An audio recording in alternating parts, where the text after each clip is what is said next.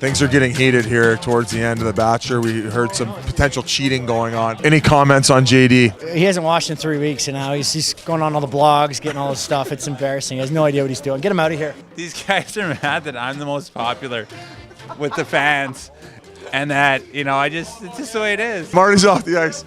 Marty, comments on JD? Turns everything into a hockey analogy. He's the best, we're the worst. He's really good looking, we're not attractive. Stuff is popping off here in the Coyotes locker room. I can't wait. I'm back here with the conspiracy theorist. Welcome back, JD and his coach. We got a lot of haters in the room. Looks like your conspiracy theory is actually coming to fruition. Less and less like a conspiracy and more like a fact. Let's start off with the individual nights and sleepovers. My favorite one was the Becca one, because I don't know how many times two people could say I love you when they say it for the first time. It was maybe 500 times in a 10-second segment. My favorite date was the Kendall date. Dune buggies, I like that. And the snowboarding? Well, sandboarding, we call that, right? Sandboarding? Is it sandboarding?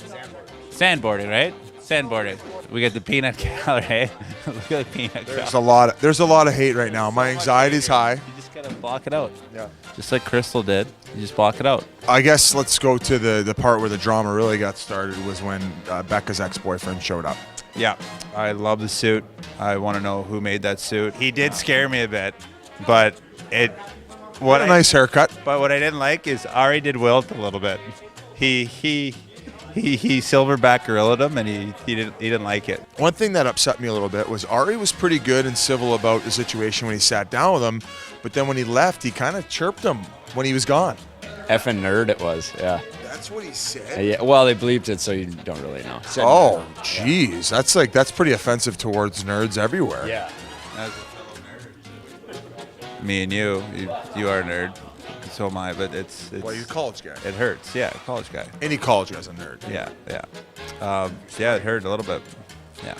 Copycat league. He looks like he could go on To Catch a Predator actually with that hood on. We got two of the best, I guess, dynamic duo penalty killing units in the league. I'm going to stop you right there because I just gave it to him for his whole segment doing hockey references, so we got to just stick to the show. Let's stick. We don't pump ourselves up here. Let's get to the dates. I wasn't crazy. I thought they were all pretty boring. I was just buying my time to the drama. The only one I liked was Kendall's date. I thought that was pretty cool. Becca dropping some massive L-bombs. Yeah, but I think Lauren did too. That was a lot of love being thrown around there. Both dates. It's a first for me in Bachelor history of a guy saying I love you to, I think, in just saying I love you, period. In general. And then he says it to two women. So that's. I think he might get a Bachelor fine there. I see a strong correlation between when we started the Bachelor Report and you leading the league in defensive scoring since February 1st. Yeah, I think they go hand in hand with each other, actually. You're welcome. Kendall, first date. It was probably the most entertaining of the dates.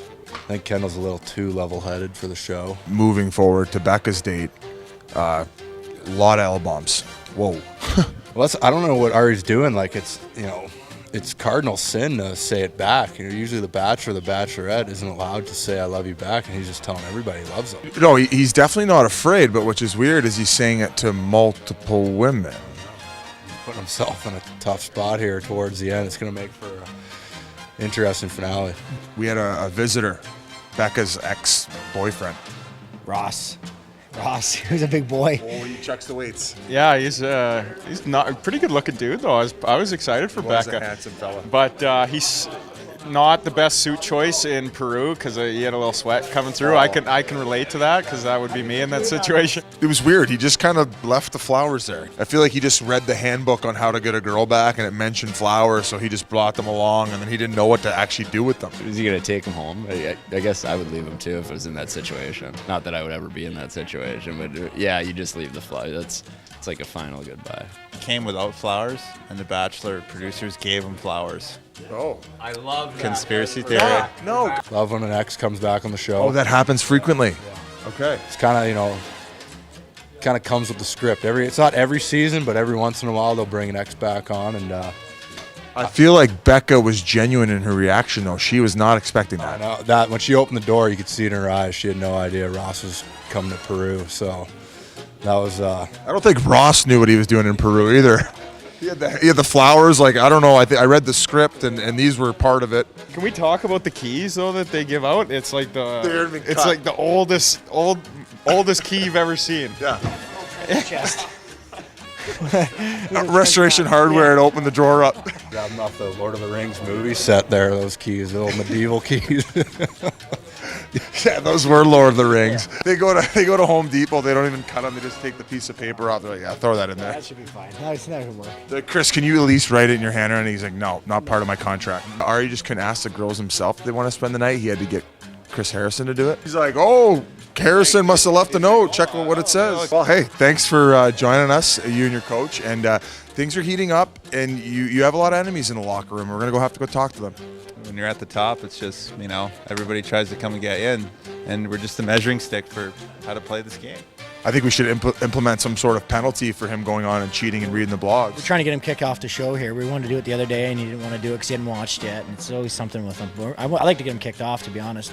I would also like him kicked off the show. We're going to have an internal discussion. We're probably going to send it to player safety. I would have to vote that I too would like JD off the show. I'll let the other guys know, but I respect your decision, and there'll be no place in the Bachelor Report for things like that.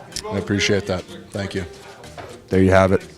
We're coming down to the nitty-gritty here. Last episode. We should it. throw a watch party at JD's house, but he's uninvited. There you have it. Bachelor Report coming at you.